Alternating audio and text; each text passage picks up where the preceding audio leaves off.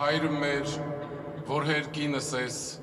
Սուրբ եղիցի անուն քո։ Հիսուս Քրիստոսի ծննդյան ու Աստվածահայտնության տոնին ժամը 13:30-ին Փաշինյանը բոլորին ուխտերթի է հրավիրում Երևանի Սուրբ Գրիգոր Լուսավորիչ եկեղեցու բակից Սուրբ Աստվածածին կաթողիկե եկեղեցի։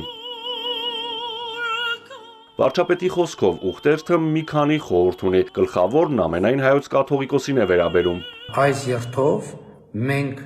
պետք է արտահայտենք մեր վերաբերմունքը հայաստանյան առաքելական Սուրբ եկեղեցու փաստացի պետի եւ նրա մերձավոր շրջապատի կողմից հայաստանյան առաքելական Սուրբ եկեղեցին որպես հիբրիդային պայքարի գործիք օտար ուժերի Հայաստանի Հանրապետության նրա անկախության, ինքնիշխանության եւ պետականության դեմ օգտագործելու գործելակերպի կապակցությամբ եւ պետք է արտահայտենք մեր հստակ դիրքորոշումը նման գործելակերպի անընդունելիության վերաբերյալ եւ մեր կամքը, որ մենք թույլ չենք տալու այլևս այդ գործելակերպի շարունակությունը։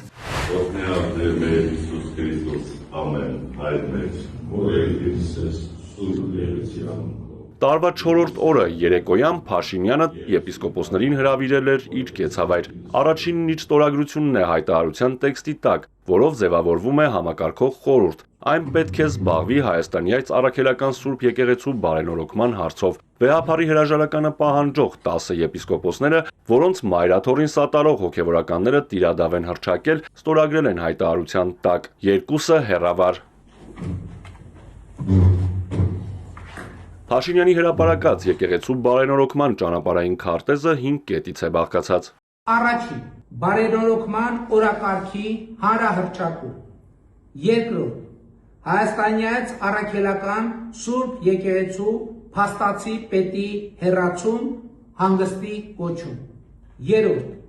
սահմանված կարգով կաթողիկոսական տեղապահի ընտրություն։ Չորրորդ՝ Հայաստանյան առաքելական Սուրբ եկեղեցու կանոնադրության ընդունում։ Կանոնադրությամբ պետք է սահմանվեն ամրագրված սկզբունքների պահպանման, ֆինանսական թափանցիկության եւ հոգեվորականների բարեվարկության ապահովման կառուցակարգեր։ 5-րդ՝ սահմանված կարգով ամենայն հայոց կաթողիկոսի ընտրություն։ Փաշինյանն ու եպիսկոպոսները հոգևորականներին ու եկեղեցու հետևորդներին կոչ են արել աջակցել ու միանալ իրենց ծրագրին։ Մայրաթոռն արձագանքել է հայտարարելով, որ նման անխոհեմ քայլերը կարող են հանգեցնել հերձվածի, ցավալի հետևանքներով, Սուրբ Էջմիածնի գնահատմամբ եկեղեցու ներքին կյանքի կանոնակարգման եւ բարենորոգման պատրվակով Հայաստանի կառավարության ղեկավարի ձեռնարկած գործողությունները ուղղակի ոտնահարում են սահմանադրությունը, խախտում թե միջազգայինորեն, թե Հայաստանի օրենսդրությամբ ամրագրված եկեղեցու իրավունքները։ Տարակուսելի է, որ հիշյալ 10 եպիսկոպոսներն առ այսօր որևէ կերպ չեն արձագանքել մայրաթոռի կոչերին ու հրավերներին, շարունակում են խուսափել իրենց ուզող հարցերի շուրջ ամենայն հայոց հայրապետի եւ Գերագույն հոգևոր խորհրդի հետ հանդիպումներից ու քննարկումներից։ Հարկ է ընդգծել, որ եկեղեցու կանոնակարգային հարցերը եւ բարենորոգումը վերապահված չեն ինքնահռչակ խորհրդի, այլ Հայաստանի այս առաքելական Սուրբ եկեղեցու նվիրապետությանը իր բարձրագույն կառույցներով։ Մայրաթոռի Գարեգին Ա կրթական կենտրոնի տեսուչ Վահան եպիսկոպոս Հովհաննիսյանը արձագանքելով վարչապետի կեցավայրում կազմված ճանապարհային քարտեզին հիշեցրել է, եկեղեցին ունի հայրապետ եւ առաջնորդվում է եկեղեցական դարավոր կանոններով։ Եկեղեցին ունի իր եկեղեցական ազգային ժողովը, որ կընտրի հայոց հայրապետ,